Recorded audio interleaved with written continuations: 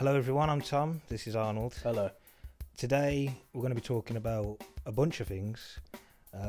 This is probably going to be like the first episode of hopefully an ongoing thing where we just sort of talk about stuff we've watched either together or by ourselves. And something we did watch together 2 days ago was The Northman, written and directed by Robert Eggers, starring Alexander Skarsgård, Ethan Hawke, Nicole Kidman, Anna Taylor-Joy. And so Arnold, what did you think of The Northman? I loved it, man. I think it was great. I had a good time. I didn't know what to expect, and it's a lot more straight in terms of a film where you see compared to The Lighthouse. I mean, I haven't seen The Witch, but I've heard it's a bit, surreal, let's just say. Yeah. And not conventional. But no, I genuinely loved it.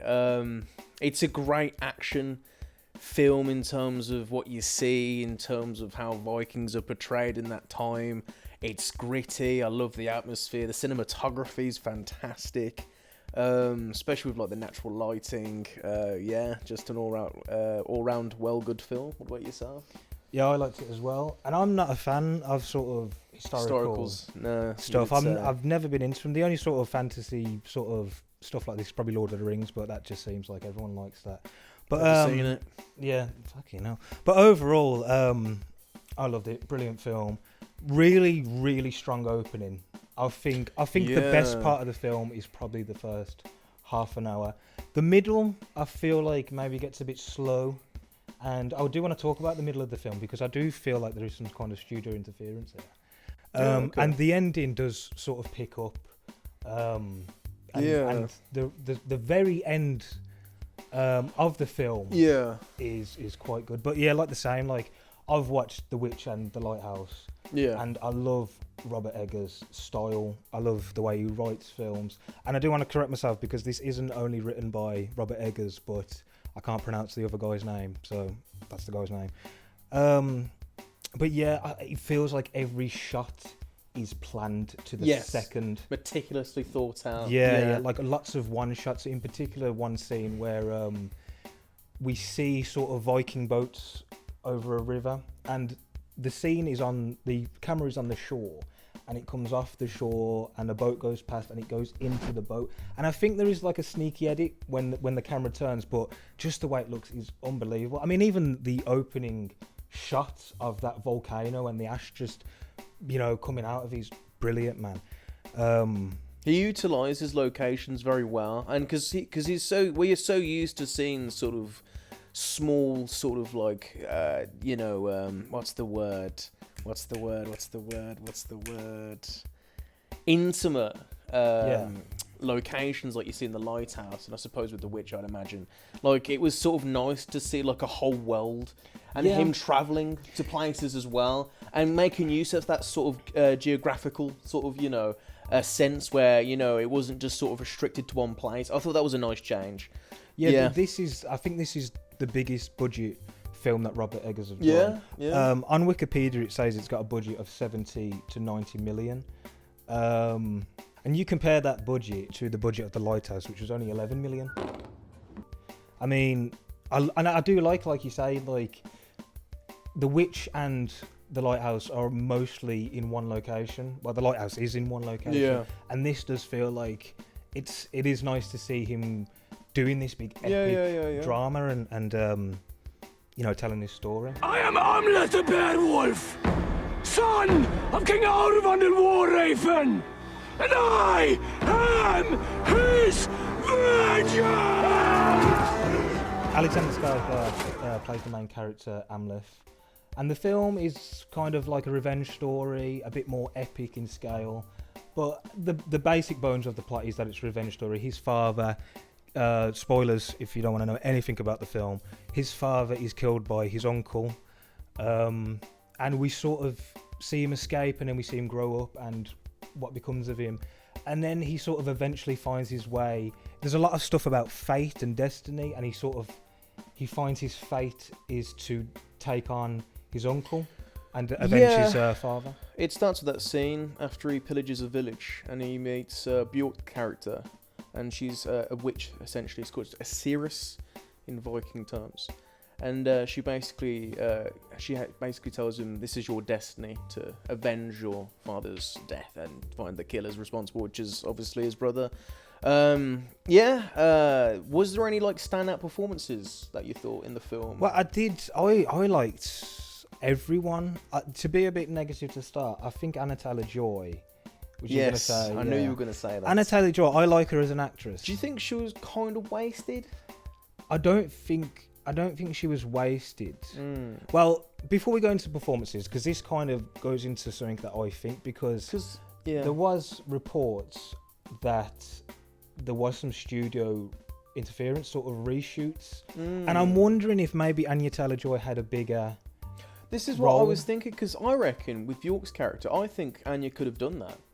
Yeah. Do you know what I mean? I reckon, because what's the point of having more actors if we can, instead of having more actors having less parts? You know, she could have been a bit more developed. Yeah. And like she could have been the one to sort of inspire him. Maybe that could have been where, you know, the relationship would form. Because when Amleth meets Anya's character, dare I say her name, they're just on a boat. And they're slaves. Yeah. And they have this they already have this weird, sort of affection already. Do you know what I mean? It comes out of nowhere, really, based on a mutual sort of premise. That's all it is. And I just feel like she's been sort of not demoted, but like, sort of not given enough screen time to sort of give her an interesting outlook on her character, because she is essentially a witch. But that's all we know. Do you know what I mean? She has visions, but that's about it. Yeah, I mean, for a film which is so developed in terms of detail with language and shots and just the younger actors as well, the way they can speak like sort of Viking language is so good. I mean, they're on par with the adult actors. Yeah. Like, unbelievable. But yeah, it just feels like for a film which is so developed in practically everything that she was one part of it which didn't. And this isn't kind of my thing with the reshoots. It's like maybe she had a bigger role. Do you think maybe she could have been like a sort of later edition? No. I think because she has worked with Robert Eggers before in The Witch. Makes sense. And she was supposed to be in The Lighthouse, but she wasn't in it. But just while we're talking about like the studio interference, this is when I thought, in the middle of the film, sort of when Anya Taylor-Joy is in the film and just that sort of part, it did feel like the sort of style sort of disappeared, if you know what I mean. And then it sort of come back in the end. It felt kind of very conventional. And with the romance thing, it had that sort of old style Hollywood romance. Yeah. Where they suddenly fall in love with each other, and that's it, Yeah. Which, is that like what you say, potential interference? Because, with him making his first sort of big action film with a high budget, maybe he wanted to play it more safe, or there's other factors you could suggest. It could be studio interference because they did put so much budget into it compared to his other films. Yeah. But maybe that was like because he does have sort of a theatrical background, Robert Eggers. So maybe that was what he wanted to do. Yeah, he wanted to have like a typical sort of Hollywood romance. Because I do know for a fact that him and the main actor who plays Amleth, the guy who played Amleth, he wanted to make a Viking film, and I think he got in touch with Robert Eggers, and I think they both sort of talked about what was going to happen, and I think maybe he had an idea of, in terms of the conventional aspects like the romance plot. I know you mentioned the other person who wrote the screenplay. And obviously maybe he was responsible for writing the sort of surreal base based on the mythology, but in terms of like what you mentioned, especially in the middle, maybe that was a sort of, maybe like you said, interference, or maybe it was like what the actor came up with. It could have been. Anything's possible. Do you know what I mean? Yeah, Alexander Skarsgård is also a producer on the film, so he probably, as an actor, he definitely had a say. Yeah. But I do think with Robert Eggers' sort of visual style, maybe the studio were like, look, we like your style, but you need to rein it in a bit. Because it is, I don't want to say the film is jumbled, but I mean, like the beginning, it's like we have, I can't remember exactly what it's called, but the Tree of Kings. Yeah, the initiation test. Yeah, that whole ceremony. Yeah. Quick shout out to Willem Dafoe, who is the best actor ever. I know. Trust me. We saw him in Spider-Man. Yeah. Obviously the first one, and more recently No Way Home. No Way Home. Brilliant in that. he's in this and he's just perfect. He just commands Like, just a presence. there's a- Like there's no a- other. Yeah, there's a slight spoiler, but he returns later on in the film in audio form, Yeah. and even then, like, it's great. Yeah. He's so good. Still so memorable. Yeah. But yeah, with that ceremony, and this is another thing, Oscar Novak played young Amleth, and he's so good. Yeah. Robert Eggers has like a tendency to pick these younger actors who are just perfect. There's two twins in The Witch, who I don't think they're older than 4 years old, and they're pronouncing that sort of medieval, Wow. middle-aged language. It's crazy. It's so good. With the sort of surreal moments with that, I don't know if that was the other writer, because like The Lighthouse just has as much sort of surrealism in it as this film.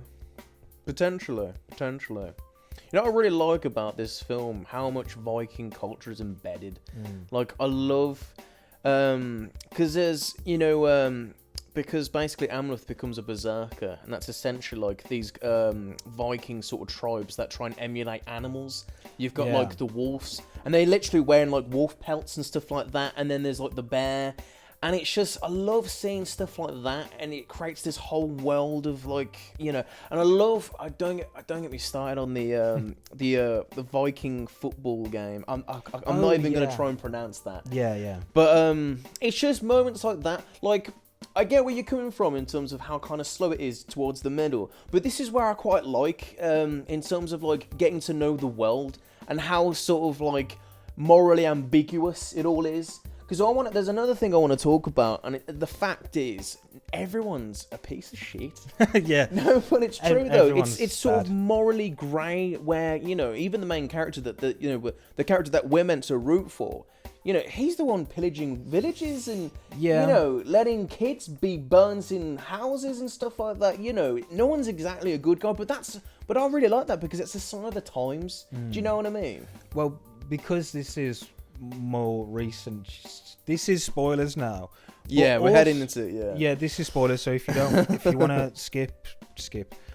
But it does turn out that his mum, Amlet's mum, was behind all this. Yeah. She was the one who told his uncle to kill his father. Honestly, Because- really love that scene. And there's also, I really love that revelation that she was a slave. Yes. Like, I did not see that coming. And he was a product of rape. Yeah. Oh god, that's a heavy subject. I know, man. But we are talking about Vikings. Yeah. And his whole. It's the fact that she wanted her own son to die. Yeah. Just goes to show like how fucked up it all really is, Yeah. man. Like you say, no one is good. Yeah. You know what's funny though? I actually think the most good character, even though he's still a piece of shit, is probably the uncle, because like he's sort of manipulated in a way by Nicole Kidman's character Yeah. to sort of take over the throne. But then it turns out I sort of like as well, which I think Who could be. played the uncle again? Was it Ethan? It's I can't say his not. name. I think he's an Icelandic actor. Oh, And okay. I honestly, I just can't pronounce his name. I should have had a look into it, but I didn't. Let this misdeed haunt your living nights, till a flaming vengeance gorges on your dead. The music as well, it complements the film so much. It's epic, if you know what I mean. Yeah, And it does feel very Viking. I did think. Yeah, even the scales they're playing with the notes, it does feel of its time as well. Like, it reminds me of Game of Thrones in some places, which I wish I could have pronounced the name of the composer. I wonder if that was an influence on the Northman, but it does sound a bit like it. Yeah, well, I feel like there is sort of a template for this Viking music. Yeah. But even so, this just adds like another level to it. The music was by Robin Carolaw and Sebastian Gainsborough. I might be saying them names wrong. I did think this was by the same composer as The Witcher and The Lighthouse, Mark Covin, but it's not. But yeah, that score is unbelievable. I love the sort of droning and the big booms. Yeah, exactly what I mean. It's like it's that sort of primal rage characterized by the music. Do you know what I mean? Yeah, That sort yeah. of crescendo build up. It's good, man. Is there any particular scenes you want to just point out? You pretty much said all the scenes that I've liked, to be honest. There's just some that I can think of. Well, just sort of moments. Go on. One moment is when someone throws a spear at him and he grabs it. Yes, and he grabs it. Back. Oh, it's like it has been done in similar films, but it's just the way. It's beautiful. You don't expect him to grab it. It's not expected. You think it's gonna fly right past the screen, but unbelievable. Just that whole raid is good. Even when he goes inside the village and he starts taking out all these soldiers, it's just so good. I love how gritty it is, man. Yeah. I just love it. We got to talk about the fight at the end. Yeah. Yes. Oh my fucking god.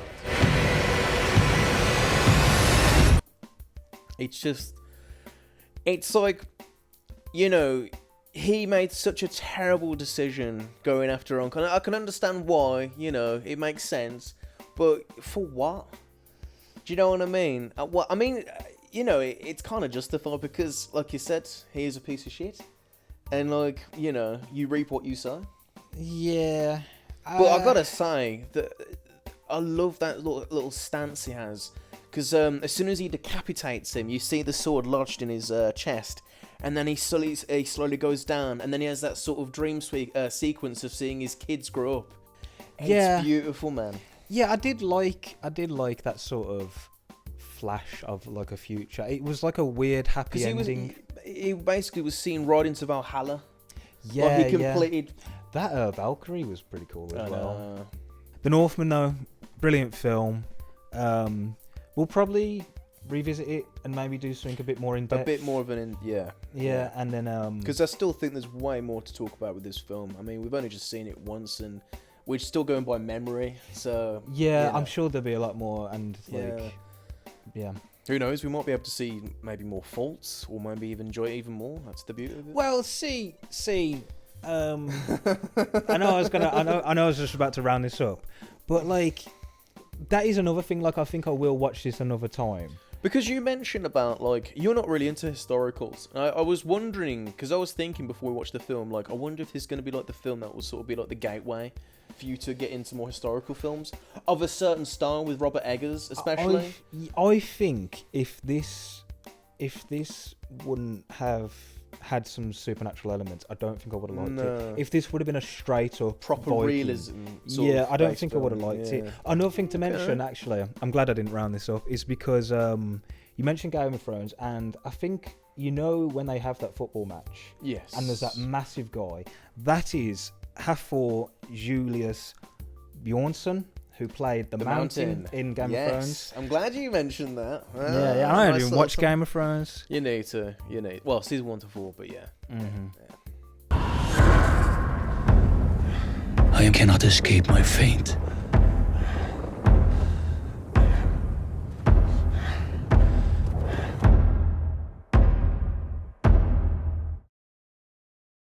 James Bond, 007. Licensed to kill whom he pleases, where he pleases, when he pleases. So, as you well know, Tom, it's the 60th anniversary year of James Bond, and I thought I'd rewatch the first 2 films to see if it still holds up to this day. Very good. And it kind of does, but it doesn't at the same time. And you're talking about Dr. No from And Russia I'm with talking Love. about Dr. No from Russia with Love, indeed. Dr. No released 1962. Sean Connery, honestly, is basically the best thing about that film. The way, because the first film, it's important to establish James Bond, and the novels only had come out, I think, a couple of years ago. I think they were released, the late 50s. So yeah, and obviously Ian Fleming wrote them during the Second World War, which is crazy. Which is in Operation Mincemeat. Which we will review which is actually, next week. Operation Mincemeat is next week. It's funny, really, because whenever we go to the cinema, we always see the trailer for Operation Mincemeat, and I always feel like I'm like repeating the same day. Like, it's like Groundhog Day, basically. Yeah. And like, I just want Tom to watch it properly now and review it. You know what's funny though? I saw a comment on YouTube for that trailer, and actually that is inaccurate, because it's pointing out as if Ian Fleming was writing James Bond during the war, and that is not true. Oh, it isn't? No, he didn't. Let me do that again then? He didn't write. He didn't. No. He did write them, obviously, but I mean, like, he didn't write them until the 50s. Obviously, he wasn't. It wasn't during like World War II, and he was writing James Bond. That's not true. Like, he actually wrote it after the war had ended. The plot, it's a pretty straightforward plot. Basically, what's the plot now? I'm trying to think of the word. Basically, two British people get... Not two British animals now. Let me just read the wiki. You read the plot, man. Basically, it involves an agent stationed in Jamaica, and he gets killed mysteriously alongside his secretary. And so basically, James is he's been sent to Jamaica to find out what's going on, and it turns out there's a secret nuclear base nearby, and it's governed by Dr. No. Oh my god. And now, Dr. No is an Asian character played by a white man. Now, I'm not going to go into it because, you know, it's of its time. You have to understand the sort of context back then. But, like, I still think, like, the performance, it's kind of a shame because he's not really in the film for that long. I'd say about screen time, it's probably about 10, 15 minutes. It's insane. But when he is in it, like, I do think he sets the template for, like, villains in general, because even though he's in it for such a short time, like, his voice, his performance, I mean, he has, like, robotic hands, which is kind of daft, but, like, you can kind of, like, suspend your disbelief with his performance, and it's just such a shame we didn't get to see more of him. But, yeah, I'd say him and Sean Connery are amazing, but no, honestly, I think with James Bond, with that film, it's like I said, it's not so much the conventional, like, he gets the gadgets, he does this and that. Like, the Bond girl, she doesn't even arrive until, like, the last half hour. Like I said, it's just all about him and you know, how he sort of escapes and gets into all these random, like, adventures. It's good, man. It's good. Only the second James Bond thriller could be more exciting than the first. So I watched From Russia with Love, and it follows the same formula as Dr. No, but it's executed so much better. And I think they've had they had like more time to you know, figure out what worked and what didn't. Well, the success of Dr. No probably helped him get the bigger budget. Exactly. Budget helps, but it's not even with the budget. It's just more so how they do the atmosphere. And because obviously this is set during the Cold War, and this was like 63. This is like the height of the Cold War, where, you know, it could have been end of the world for that time. So the way the atmosphere is created in this film is so well done. But it's just like, I love the fact that instead of getting like the one typical villain, we get more villains in this film. And there's a villain called Red Grant, which is played by Robert Shaw, who is in Jaws. And his performance is so good that you basically forget that there's other villains in the film. There's Kleb, where she basically plays this sort of she works for Spectre. They're all Spectre agents, essentially. And they work for the main villain, which is Blofeld, which I'm sure you've heard of. Yeah, he recently appeared in Spectre. Yeah. You don't really get to see Blofeld, which I really like, because it's something to look forward to in the next James Bond film. He's there, but you don't really see him. You just hear his voice, which I really love. Their agent, James Bond. Let his death be a particularly unpleasant and humiliating one. So we've got Kleb, who is another villain, another Spectre agent. Her role is basically impersonating a Smersh agent, which brings in the Bond girl, Tatiana, and she basically tries to convince Tatiana to lure Bond in because they have a device called a Lecter, and that's for like decrypting like secret codes, communications. It's the plot device in the film, innit?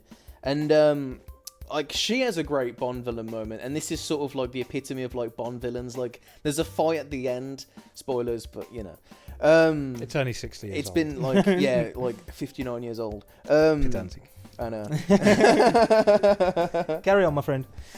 But like, there's moments like that where it's just like, I love this film, where she has a fight with James Bond, and she ignites a little knife. And she's in disguise as a maid, and obviously Bond's he's delivered the Lecter back to like MI6, and like she basically goes to attack him, and it's so badly choreographed, but at the same time, you still believe that she's like, you know, a villain in the sense that she will do anything she can just to get back at James. Honestly, they're not like well-written characters because it's, you know, it's 1960s like filming. Like you think of like how, you know, films and TV shows were written back then. It's like, you know, they weren't like three-dimensional, you know. But yeah, there's just like, I think another thing as well I've noticed is like there are like little, you know, things where you'd be like, oh, that's of its age, like the ADR. That's like, you know, that's something you just have to accept within those times. Like you can tell everything was like recorded afterwards in terms of like the film and that. But like once you get past the sort of dodgy ADR, the special effects, like the special effects aren't too bad. Like the explosions are pretty good for its time, but it's more so the fight sequences. Now I mentioned the fight sequences with Cleb and James Bond. Now that was pretty bad, but the fight sequence in the train with Red Grant, what I mentioned earlier, so good. And what I liked about that is the fact that we didn't hear any music, and it was all about that fight sequence. It was just like, that's sick, man. It's just a nice bit of a moment in James Bond.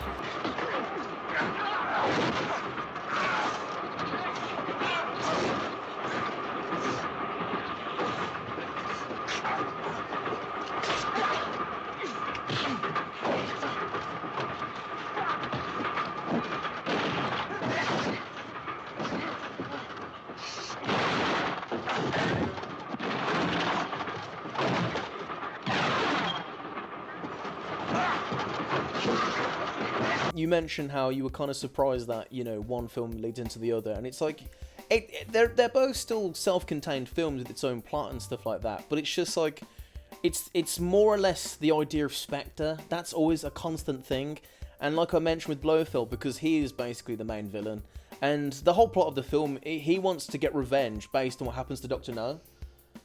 That's literally the plot. Yeah. And he dispatches Red Grant and Cleb, all just because of Dr. No and how much money was lost with the valuable resources in terms of, you know. So, could you say, I know you said the self-contained, but could you say that From Russia With Love is a sequel? It is. It's definitely a sequel. It's definitely a well, not a TV series, but like it's definitely a series that, you know, I think it's one of them, because even with, you know, jumping forward to On Her Majesty's Secret Service, like they even did like a sort of self-aware bit where, because this was the first film to not feature Sean Connery, and it had George Lazenby, and there's a first bit in the opening sequence that goes after George Lazenby's character fights all these people, and he goes, "This never happens to the other guy," and it's just, you know, it's like you can sort of have this weird sort of canon where like all these films are connected in a way where you don't have to necessarily think of all the actors as different James Bond versions, but they are essentially James Bond. But like James Bond is, it's a bit like 007. It's just a name. It's like a brand. Yeah, because there is that theory where that James Bond is a title as well as 007. Yeah. Does the storyline of like Blofeld sort of, does it have an end point? Like in another one of the Sean Connery Yes, films? because the last time, well, I think he's in we get to see him properly in, I might be wrong because I haven't seen all the films in ages, but I do think we get to see him in You Only Live Twice, and we get to see him be played by a different character, Telly Savalas in On Her Majesty's Secret Service. So, and then he's played by a different character on I think Diamonds Are Forever, which is the last time we get to see him fully. But he sort of appears every now and then in the later films. So there is a connection, that's what I mean by that. Have you seen Spectre? Yeah. So you know Blofeld's... James Bond's half-brother. Is that part of the 60s? No, I think that was a creative decision just for that film alone, Spectre, which I don't think that was from the novels. I think, like I said, you know, which is weird. Yeah, would you compare, say, Blofeld to, say, the Master from Doctor Who? Like, is he James Bond's the Master? Yeah, in the sense where he's kind of pantomime-esque, because especially in the later films, the way James Bond defeats him, it is a bit like, I'll get you for this, you know, that sort of level. But I wouldn't say Blofeld, because he's kind of like the Master. It's like what he's doing. he is sort of like a villain in the sense that what he's doing, he doesn't think he's doing it because it's wrong. He knows he can make the world a better place. So there is a sort of like three-dimensional in terms of his sort of, character, but he is essentially a mustache-twirling sort of figure in the James Bond series. Well, to be fair, I mean, hearing that like there is some kind of ongoing plot in these earlier films has sort of piqued my interest, and they are all on Prime. At the moment. I generally think you should watch them. Doctor No, it's a bit, not great, but when you watch From Russia with Love, I definitely think it's one of the best James Bond films you'll ever see. It's got everything you want in terms of action sequences. I mean, that boat chase by the helicopter during the end is so good. Like, even that still holds up today. Like, the directing's phenomenal for its time, man. Do you know who directed it? I wish I did, but I can have a look now. Terrence Young directed From Russia with Love. I don't think he directed Doctor No. We could have a look. Yeah, just have a look. Get all the time in the world. Oh, he did direct Doctor No. Oh, he did? So, yeah. So, I think, based on his first time with Doctor No, I think he learned a lot from, in terms of the action sequences, how to sort of, how to get the plot going. Because, like I said, the problem with Doctor No, it takes too long to get to the end. And it's like, there's a lot to sort of get into. But with From Russia with Love, like, from the beginning, like, I don't want to spoil this for you, but it's not like a huge spoiler. No spoiler. But, like, the intro, it's so good because it starts off with Red Grant trying to hunt down James Bond. And by the end, he actually kills James Bond. But then, I love it. But then he, there's a little like scene where like after, but it turns out it's like an initiation test, and he passes the test by killing James Bond. And then he goes through the body, and then he like pulls the mask off, and it's someone else. And I love that sort of. It's a cheeky sort of like I like stuff like that. Yeah. Do you know what I mean? It's like honestly, like the way that scene was made, like it definitely set the tone to be like one of the greatest James Bond films in my opinion. Mr. Bond. James Bond.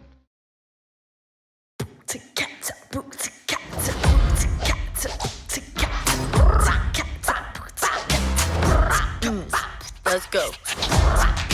I'm Maylin Lee. I wear what I want, say what I want, 24/7, 365. So I watched Turning Red this week, which is the newest Pixar film, and I quite liked it, but I have to say I quite liked it with a big asterisk next to like, because it is not aimed at a 29-year-old man.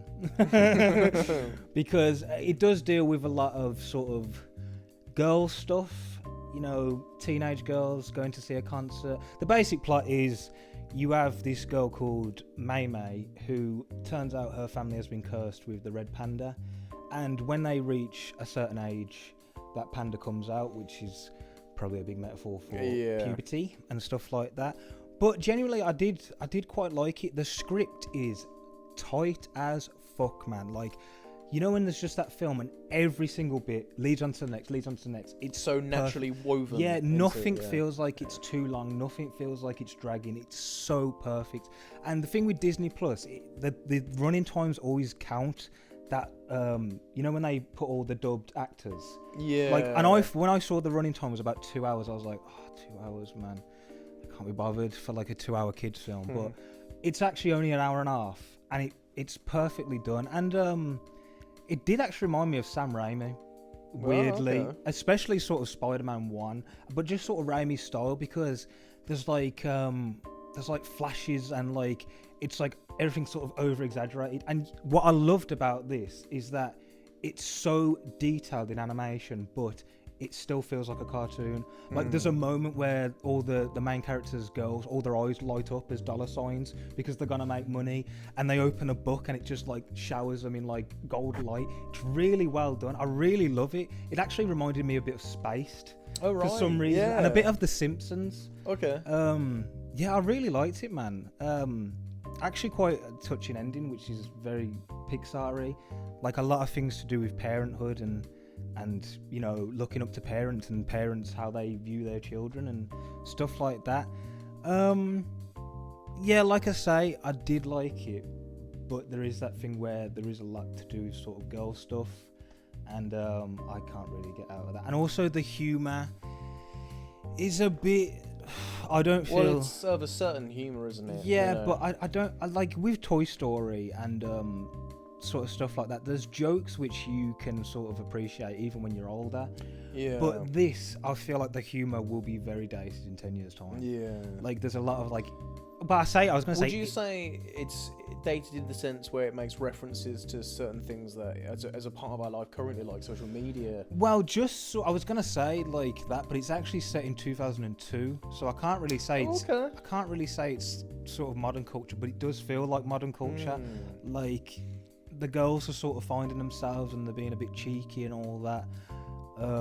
I do like how she. One thing I do like is I thought the film would be that she gets the sort of red panda, and the entirety of the film is going to be her sort of hiding that she's the panda until they can get rid of it. But it's not. A slight spoiler is that everyone finds out. Like, I mean, everyone finds out that she's the panda. Everyone at school, all her mates, her family, and everything. And there's also that nice thing of like accepting someone for who they are, because that's another thing which could be the panda sort of represents this sort of like this change of like this thing holding on to you, because there's even a nice moment where they say to her like, you're way better with the panda, if you know what I mean, and that could be sort of a message about just growing up and that. And but yeah, I did like the way she sort of profits off it as well, because they need the money to go and see a concert. And I did like that it's a film that makes you sort of feel good. And like I say, even a 29-year-old geezer can get something out of it. But yeah, I guess you say with Pixar, you think they can always guarantee you a sort of tug of the heartstrings in terms of, you know, it's still relatable regardless of, you know, who it's aimed for. You know, there's still, I think with Pixar, there's always something for everyone, and I think that's why they're always like timeless films, because no matter, you know, what the date or when you know what the story is, there's something that you can always relate to. You know, I mean, they even in Toy Story, you know, they even make jokes that are for like adults. Yeah. Do you know what I mean? I mean, I wish I could remember a certain one, but you know. Yeah. But obviously, with Turning Red, you know, it didn't have to have all those elements because, you know, it's a certain demographic. But yeah. That's not necessarily a bad thing. Yeah, that's what I mean. It's like there was some bits where I cringed at it, like because maybe like a kid might find this funny, but to me, it did seem a bit. That's a bit cringe, man. Like I do love the sort of. Because it sort of turns into a kaiju film at the end, like a big monster at the end. I don't want to. Well, that's kind of a spoiler. Yeah, really well done, man. And Pixar, I like the way Pixar seem to be moving away from sequels and prequels and all that, because my biggest complaint with sort of Toy Story 4. Have you seen Toy Story 4? I have, yeah. Yeah, my biggest complaint is that with Toy Story 1 to 3, and this isn't like a new opinion, people have said this many times, but 1 to 3 felt like a progression of like from child to adulthood. Yeah. Whereas like, you know, at the end of Toy Story 3, he gives away the toys to the girl. And even though there's like 8 years between Toy Story 3 and 4, Toy Story 4 feels like it takes place the year after Toy Story 3. Yeah. It feels like one of those like... And Shrek, this is random, but Shrek is a good series, but it feels like a Shrek where they are connected in terms of the characters, but they're like another story, and I don't like that. And it did feel kind of forced with... spoilers for Toy Story 4, but it did feel kind of forced that Woody is no longer part of the main Toy Story group. Yeah. And it feels like if they make Toy Story 5, he's going to come back, because there is no way that they'd make a Toy Story 5 without Tom Hanks. I hope they don't. Yeah, I hope they just leave it. It was fine with 3. And we've got Lightyear coming out. To infinity. And why did they replace Tim Allen and just get Chris Evans to sound like Tim Allen? That's such an odd thing to do. Silly. But I am sort of glad that... I mean, Tim Allen's still making films. I'm sure he is. Name one. Thank God for Google. But he was in a pilot, I think a couple of years ago, but it got cancelled, but that's about it. Yeah, wasn't he in a show called Last Man Standing? Anyway, but I do like the way Pixar is sort of moving back to what made them good. is that they are taking these sort of little stories and, you know, doing something with them. Because I haven't seen it, but I've heard this is compared to Teen Wolf, which is, you know, Michael J. Fox is a werewolf. Yeah, I haven't seen it, but I know of it. Yeah, and then it turns out that his dad is also a werewolf. It's kind of like that. Would you say it's one of the best Pixar films they've made in years, compared to the films like Soul? Oh, Soul is good though. Soul. I really like Soul. Because Soul is basically an existential sort of, you know. Soul is not a kid's film, man. Yeah, like it's that is some lot of, you know. Deep shit, man. Yeah. Like I mean, I haven't seen it, but I know enough about it. Yeah, well, it's about death and like trying to. Because he dies early on in the movie, doesn't he? Does, and then yeah. And it's like all about sort of accepting death and sort of tying up loose ends. I really want to see this. It's now. a good film, man. It's a good film. You know, this is a random shout out, and I'm only doing it just like because I want to. But there was a show on Disney called Teen Angel, which is reminds me kind of Soul. But I just want to know if anyone remembers Teen Angel, because I think it was only on for like 1 year in like 1998 or something. But that's beyond me. Random, I was man. like 2. But that show has quite a deep sort of plot, because it's basically you got 2 mates and one of his mates dies from eating like an out-of-date burger, which he actually eats at his friend's house, if I remember correctly. And it's basically just this mate with his dead friend. And I'd love a gritty reboot of Teen Angel where like the guy's just talking to like no one and everyone's like, you're insane. But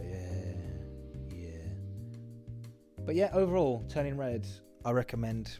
And yeah, apparently parents are in an uproar about this film because it's quite cheeky, and it does talk a lot about teenage stuff, and it's corrupting America's youth. Swear to God. Even though this takes place in Canada. Did you hear about that guy who did a review of this and he said it was weird that they didn't mention 9/11? Yeah. What an idiot. Abby, hit me. So these past 2 weeks I've been watching the season 24 collection box set that was released last year. Doctor Who, classic Doctor Who. Very good. And I've heard a lot of bad things about season 24, and in terms of like behind the scenes regarding, you know, the sacking of Colin, the BBC not having enough faith in the show, sort of just looking at it, it's just a typical kids show and not having enough funding. I mean, you think of like Doctor Who and like classic Who, you know, it never had like the special, the budget most of the time anyway, but with the 80s, you could tell how dated, even for its time. I've seen bits of season 24, but yeah, you've seen roughly most of Tom and the Ronnie, haven't you? Yeah, but it was a long time ago. It's alright, I'll re-jog your memory. Go on then, son. So the plot is essentially, it's a regeneration sequence right off the hill, because Colin didn't want to come back, and quite rightfully so, because, you know, it was what's his name? He was head of Michael Grade. Yeah. So he was the one who told the producer at the time, Jonathan Turner, to get rid of Colin, and obviously they had to shoot a regeneration scene just in order to get Sylvester in, and so obviously Colin didn't want to do it. So what they had to do was they got Sylvester to play Colin's doctor. So technically, Sylvester's played 2 doctors out of all the doctors. Thinking about it, that, couldn't you? Well, actually, David Tennant. But yeah. Anyway. Wait. What? David Tennant? Oh, you mean the Metacrisis doctor? Yeah. Go on and carry on. So obviously they just had to give him a wig and then hopefully pray for the best. And like, this was a time where CGI was starting to be used in Doctor Who. So they obviously changed the title sequence. So this is the first time we've got like a fully rendered CGI rendition of the Doctor Who title sequence, which is obviously quite dated, but for the time in '87, you know, it's weird to think as well. This came out during like TNG, like first season. Yeah, do you know what I mean? Yeah. And like the contrast with like, because you know TNG, it's not low budget. No. Even at the time, like even the first season, you know, like you can tell the passion, and even though with TNG, it was the first season. They still didn't really know what they were doing. Whereas, you know, Classic Who, by that time, it'd been going on for 24 years. And it's like, you've got the producers been doing this for a good amount of years since the last season of Tom Baker. And like, the trouble with the producer, John Nathan Turner, a lot of his decisions was basically pretty much the reason why the show was cancelled. Yeah. Like, for example, you know, the question marks on the attire, like the jumper and stuff like that, like the overall sort of campiness, pantomime edge of the show, which season 4 is basically epitome of, and Time of the Rani. But anyway, we'll get into the plot of Time of the Rani, and basically, like I said, a regeneration sequence happens, and then the Rani arrives at the TARDIS, and basically the plot involves her kidnapping genius scientists from all across space and time, so that they can use all their brains, which eventually creates this device called the Time Manipulator, which therefore gains control of the entire universe. Now, obviously, you can tell it's not been well thought out. Now, this was written by Pip and Jane Baker. They were the ones who wrote Terror of the Vervoids, which is the previous season 23. That's not a great story. Yeah, I think because I know why Jonathan Turner asked Pip and Jane Baker to come back, because they wrote the last episode of season 23, because the first episode was The Ultimate Foe. It was written by Robert Holmes. Oh yeah. And this was the last ever story he wrote, and I think because he passed away without having to finish the second episode, they were able to be brought in to write the last episode. So they thought, well, you know, you did such a good job, we might as well ask you to write the post-regeneration story, starting off season 24. What are you going to say? Just before you get into it, just tell us who Robert Holmes is, because people might not know. Robert Holmes. Okay, Robert Holmes is basically responsible for writing most of the lore in terms of like Doctor Who. He's well known for writing serials like Spearhead from Space, Talons of Wen Chiang, you know, stuff like that. He did that one, I can't remember it. It's where they're on the boat, but it's like a dream one. I can't remember. Horror Fan Rock? No. That's Terrence. No, Dix, I think. Yeah. But yes, carry on. Yeah. The one on the boat. That's really gonna. It's a John Pertwee one, and it's him and Joe Grant, and it's like the boat keeps going, keeps repeating in time, like it keeps looping. It's not on season 9, is it? I don't know. I think it's the first. Oh, yeah, it's on season 10. I think it's the first story where he gets the TARDIS controls back. It's what's it called now? It's not the demons, is it? No. No. Oh, I know what you're on about. Yeah. And it basically they're like miniatures inside a. Yes. Yeah. Well, hopefully people know that one. Yeah. So basically, Robert Holmes, he'd been writing for Classic Who since I think '69. I think his first story was The Crotons. I think so. That's not a good story. It's not a good story. From what I remember, I don't. Yeah, it's not like, standout. It's not. But like he was responsible for like creating the lore of the Time Lords with stories like the Deadly Assassin and stuff like that. But anyway, going back to Time of the Rani. Yeah. So yeah, that's pretty much the plot. But what I really don't like about this story, it's just like we don't really see the Seventh Doctor be the Doctor. Do you know what I mean? Like he there's not really like. Yeah, he does save the day, you know, he does stop the Rani, but like there's not like many moments that sort of cement him. And it's like with a story like that, you have to have moments like that. Like Rose, for instance, like that's a great episode to start off a new Doctor, especially with like after not being on the air for like 20 years. Yeah. But like with the Seventh Doctor, like even Sylvester at the time, you know, he was saying like he didn't know how to exactly play the Doctor until like season 25. Do you know what I mean? So you can really sense that like in terms of the way the show was made, no one really knew what they were doing.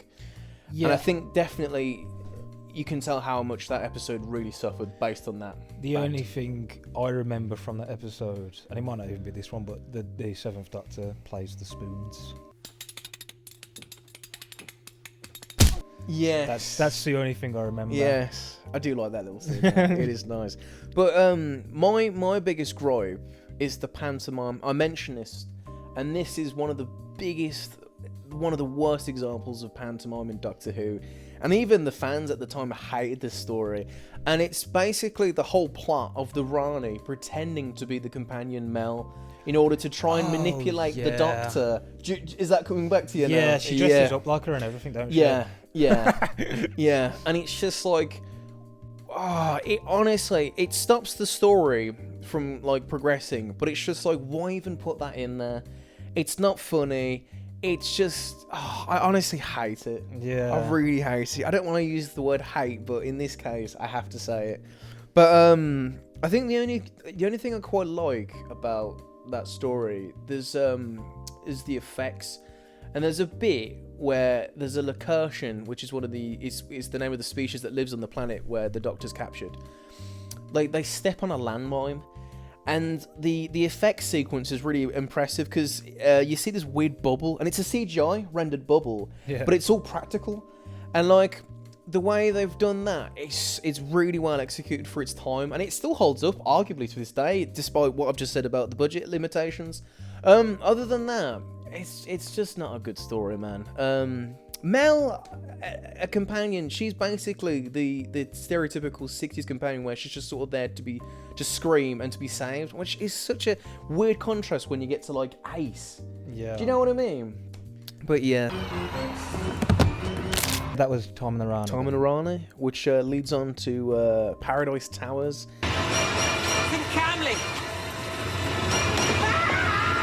Paradise Towers, I genuinely had a great time because I think with the tone being set for Tom and the Rani, I was kind of expecting another disaster serial, but it wasn't actually like not bad. It was actually quite decent. I'll tell you the plot actually. I'll read it from here. So basically, it's the Doctor and Mel want to go on holiday, and they arrive at this apartment complex called Paradise Towers. And Paradise Towers is basically set after a war, where the residents that live in there is mostly old ladies, a staff that has basically lost the plot in terms of trying to take care of this complex, and kids that have grown up to join gangs. And there's like a killer robot that basically cleans the apartment, and we don't I honestly hate that thing. Honestly, when it comes to like robots in Doctor Who, 9 times out of 10, it's embarrassing. You mean Classic Who mostly? Classic Who. Well, even in New Who. Do you remember Voyage of the Damned? Kill. Oh, kill. the Angels. Yeah, which is basically the Robots of Death ripoff. Yeah. But I mean like the sort of robots you see from like the War Machines, where it's like they're on like, it's basically like a little tank or like a vehicle sort of robot with wheels. That's a terrible description. Oh yeah, I was thinking of War Games. I was like, what robots in War Games? But then the Doctor Who is required. Yeah. You get the staff that try to look after the apartment building, but they're too scared because of the cleaning killer robot. And you have this weird interaction with each other that all they do is communicate based off the manual, and to them that is their way of life because they know no other way of life. And it's like just stuff like that, and like the gangs as well, they've evolved into based of like colours. There's the red gang, there's the blue gang, and they've named themselves things they've seen on like the walls. There's a character called Bin Liner, there's a character called Fire Escape, and it's just that sort of attention to detail where it creates this little world. There's like 2 elderly ladies that are revealed to be cannibals at one point, and it's just honestly they're like the best characters in this serial because, like you said, it still has that sort of camp element with this story, but it's a bit more refined. And there's a scene where they're basically trying to groom Mel, and it's like, oh, we'll take care of you. And in the background, they're getting ready to cook. And it sounds daft, but like the way they are as characters, it's like there's something really unsettling about them in terms of the way they are and like how lovely and pleasant, and it's just so well done. And it's just moments like that. I genuinely really think Paradise Towers is such an underrated story. There's some daft things going on. Like there's a bit where Mel gets attacked by a robotic crab. I don't know what that's about. But it's one of those stories you have to see it to believe it. Do you know what I mean? Because it's so absurd, but it makes you want to know more about it. But I think it's just like with the Northman, going back to the Northman, it's the world it's created and how like elements of like, you know, gangs name themselves after things they've read like on signs. It's just really immersive, and it's like if I reckon if something like Paradise Towers was made into like the new series with a bit more budget, and it was like a 2-part, I think it would be one of the best stories we've ever had in terms of the show. So, I just find it funny you're comparing. I know, the Northman to a 1987 serial of Doctor Who. know. But yeah, I mean, it sounds interesting.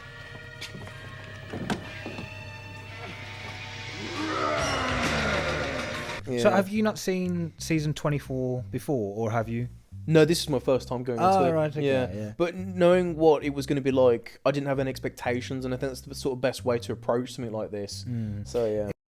You mentioned TNG, which was on at the same time. Yeah, And it is kind of... it's a weird dynamic. Yeah, it is kind of funny, and I don't know if this is particularly sort of true, or it's just sort of,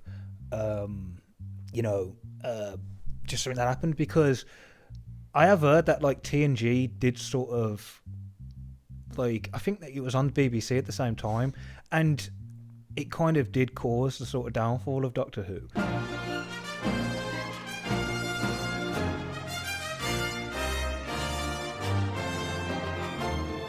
Because you watch TNG, even though season 1 is probably not very good in terms of the rest of TNG, but I mean, if you look at 87 Doctor Who and then you look at 87 TNG, like TNG is, I don't like to say this, but TNG is way more appealing on the eye. You know what I mean? It's true. So like, I can kind of see the thing of like, yeah, TNG probably did cause the downfall of Doctor Who.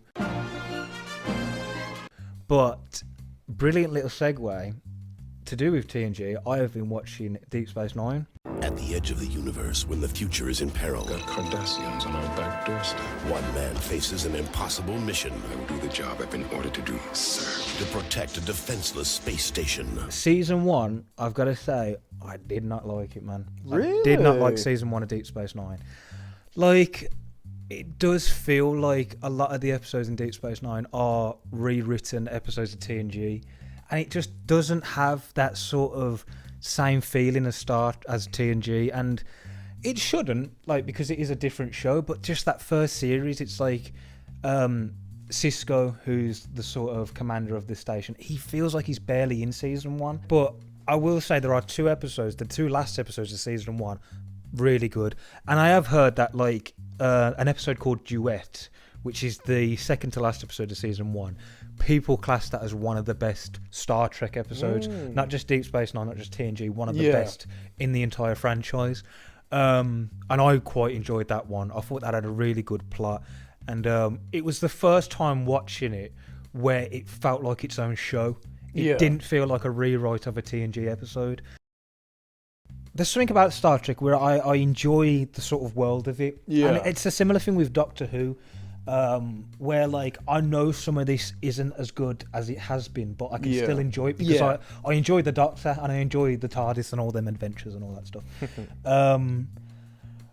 But yeah, and I'm on episode 6 or episode 5 of season 2 of Deep Space Nine, and it has got so much better.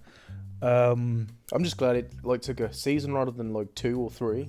Yeah. I mean, like TNG has 2 kind of bad seasons, but there's still some good episodes.